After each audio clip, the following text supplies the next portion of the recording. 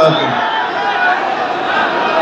نحمد ونصلي على رسوله الكريم أما بعد فأعوذ بالله من الشيطان الرجيم بسم الله الرحمن الرحيم وجاهدوا في الله حق جهاده صدق الله العلي العظيم সবাই পড়ি সাল্লাল্লাহু আলাইহি ওয়াসাল্লাম।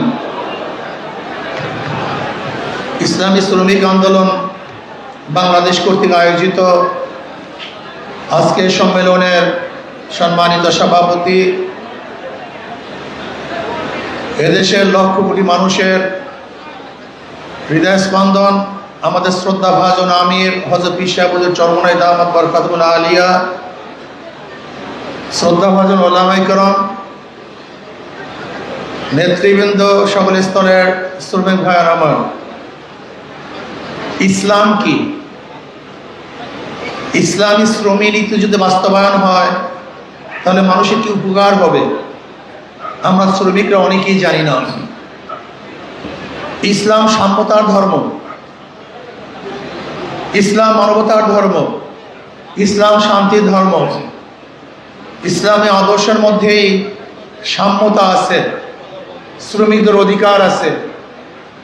আজকে বামপন্থীরাও শ্রমিক অধিকার নিয়ে আলোচনা করে, আন্দোলন করে, কিন্তু শ্রমিকদের অধিকার বাস্তবায়ন করতে ব্যর্থ হয়েছে। যদি ইসলামী শ্রমিক নীতি বাস্তবায়ন হয় তাহলে শ্রমিকদের অধিকার অবশ্যই বাস্তবায়ন হবে। আমরা শ্রমিক মালিকদের মধ্যে শত্রুতা সৃষ্টি করি। শ্রমিক মালিকদের মধ্যে শত্রুতা সৃষ্টি করার মাধ্যমে শ্রম নীতি বাস্তবায়ন হবে না, বরং বন্ধুত্ব সৃষ্টি করার মাধ্যমে শ্রম নীতি বাস্তবায়ন করা সম্ভব। কোন শ্রমিকদের উপরে কোনো মালিক যদি জুলুম করে অবশ্যই সম্মিলিতভাবে তা আমরা প্রতিহত করব। আবার শ্রমিকরাও যদি মালিকদের কাজে ফাঁকি দেয় আমরা সম্মিলিতভাবে তাকে নসিহাত করব। যখন জীবীরা শ্রম দিবে, মালিক তাদের ন্যায্য অধিকার প্রতিষ্ঠিত করবে, অর্থ দিবে, তাহলে সুন্দর একটা সমাজ গঠন হওয়া সম্ভব। কিন্তু আমরা কি করি? মালিক এবং শ্রমিকদের মধ্যে শত্রুতা সৃষ্টি করি, এর মাধ্যমে শ্রম নীতি বাস্তবায়ন হওয়া সম্ভব না। আজকে শ্রমিকদের জন্য যেই টাকা বরাদ্দ সেই টাকা তাদেরকে দেওয়া হয় না। আমাদের পূর্ব বক্তা বলেছেন 1 লক্ষ কোটি টাকা বরাদ্দ করা হয় এই শ্রমিক জীবী মানুষদেরকে অধিকার ফিরিয়ে দেওয়ার জন্য, তাদেরকে সুখ শান্তি দেওয়ার জন্য। কিন্তু সে সমস্ত টাকাগুলি কোথায় চলে যায় আমরা নিজেরাও জানি না। আমরা চাই বাংলাদেশের প্রত্যেকটা শ্রমিক তারা পেট পুড়ে খাবে, তারা ভালো বস্ত্র পরিধান করবে, ভালো ঘরে থাকবে, তাদের মুখে হাসি থাকবে, তাদের বাচ্চাদের চেহারার মধ্যে হাসি থাকবে, তাদের স্ত্রীদের চেহারার মধ্যে হাসি থাকবে, তারা স্বাচ্ছন্দ্যে জীবন যাপন করবে। এরকম শ্রমিক নীতি আমরা বাস্তবায়ন করতে চাই। আমরা কি চাই?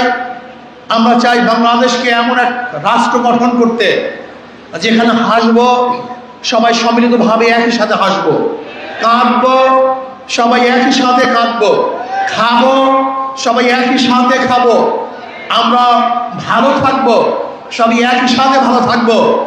কেউ গাছতলায়, কেউ 100 তলায়, এই ব্যবধান আমরা চাই না। কেউ হাজারো বস্ত্র পরিধান করবে আর কেউ বস্ত্রহীন থাকবে, এই সমাজ আমরা চাই না। কারো রাস্তার কারণে হাজার ধরনের খাদ্য থাকবে আর বাংলাদেশের মানুষ ওই ডাস্টবিনে কাক এবং কুকুরের সাথে খাদ্যের জন্য লড়াই করবে, এই রাষ্ট্র আমরা চাই না। কারোর সুটকেসের মধ্যে হাজার ধরনের বস্ত্র থাকবে আর বাংলাদেশের হাজার মানুষ বিবস্ত্র অবস্থায় রাস্তায় ঘুরবে, এই আইন আমরা চাই না। আমরা চাই না আমাদের বাংলাদেশের কোনো মানুষ গাছতলায়, আকাশের নিচে থাকবে, এরকম বাংলাদেশ আমরা চাই না। আমরা চাই বাংলাদেশের সমস্ত মানুষ ভালো থাকবে, ভালো খাবে, ভালো পড়বে, ভালো চিকিৎসা করবে, ভালো শিখবে, এরকম রাষ্ট্র আমরা গঠন করতে চাই। আর সেই রাষ্ট্র গঠন করার জন্য প্রয়োজন হলো ইসলাম হুকুমত। ইসলামের হুকুমতের বাইরে আসলে কেউ কাউকে মর্যাদা দিতে পারে না। আগামী এক যুদ্ধ আসতেছে, নির্বাচনী যুদ্ধ। আগামী যুদ্ধের মধ্যে কি হবে? কাদের সাথে যুদ্ধ করবেন? ইসলামের পক্ষে শক্তি, ইসলামের বিপক্ষের শক্তি। ভারতের বিপক্ষের শক্তি, ভারতের পক্ষের শক্তির সাথে একটা যুদ্ধ শুরু হবে। আমি বিশ্বাস করি সেই যুদ্ধে ইসলামের পক্ষে শক্তি বিজয় অর্জন করবে, দেশের পক্ষে শক্তি বিজয় অর্জন করবে, এবং বিদেশের যারা দালালি করে তারা অবশ্যই পর্যস্ত হবে ইনশাআল্লাহ। সেই যুদ্ধের মধ্যে আমরা অংশগ্রহণ করব। সেই যুদ্ধ শুরু হয়ে গেছে। এর জন্য আমি শ্রমিক বন্ধুদেরকে বলবো, এখান থেকে যাওয়ার পরে নহের সমাপ্ত কর্মপদের অবকাশ কোথায় বিশ্রামের, আজকে এখান থেকে ঢাকা থেকে যাওয়ার পরে আমরা সিদ্ধান্ত গ্রহণ করব, আমার 24 ঘন্টার সময়ের মধ্যে আমি কত ঘন্টা সময় দাওয়াতি কাজে ব্যয় করব। আমরা যেখানে যে শ্রমিক পাবো আমি তাদেরকে দাওয়াত দেব। বাংলাদেশে প্রায় 80% শ্রমিক, এই 80% শ্রমিক যেই পক্ষে থাকবে তারাই বিজয় অর্জন করবে। কাজী ইসলাম শ্রমিক আন্দোলনের প্রত্যেকটা নেতা কর্মীদেরকে প্রত্যেকটা শ্রমিক কাছে যেতে হবে।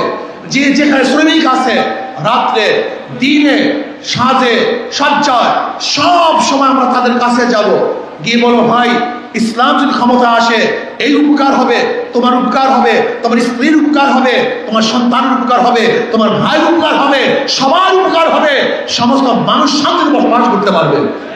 যদি আমরা শ্রমিককে বুঝাতে পারি, আমি বিশ্বাস করি আজকে এখানে যারা উপস্থিত হয়েছেন, আজকে সরওয়ার্দী উদ্যানে যারা উপস্থিত হয়েছেন, এই কয়েকজন কর্মীরা যদি শপথ গ্রহণ করেন, আগামী ইনশাআল্লাহ শ্রমিকদের 80% ভোট আমরা ইসলামের পক্ষে নিয়ে আসবো, হাত পাখার পক্ষে নিয়ে আসবো।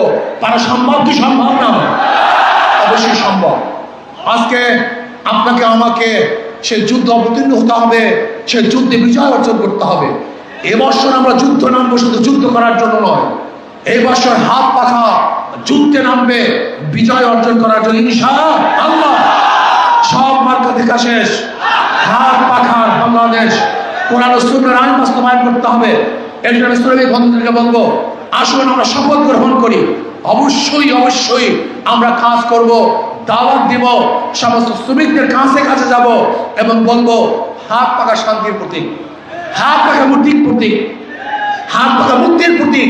যদি হাত পাখা বিজয় হয়, এই শ্রমজীবী মানুষ বিজয় হবে, এই বাংলাদেশ বিজয় হবে। রাজি আছেন ইনশাআল্লাহ?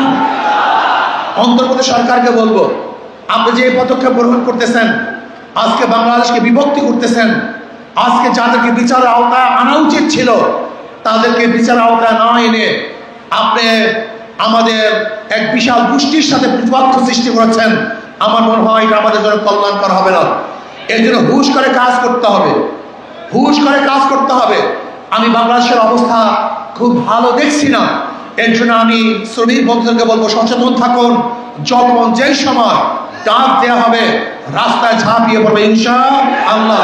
কাজী আগামীতে ইসলাম হুকুমাত হোক, ইসলামী আন্দোলন বাংলাদেশ হাত পাখা বিজয় হোক। আল্লাহ আমাকে এবং আমাদের সবাইকে একই সাথে কাজ করার তৌফিক দান করেন। ওয়া মা আলাইনা ইল্লাল বালাগ। আসসালামু আলাইকুম ওয়া রাহমাতুল্লাহি ওয়া বারাকাতুহু।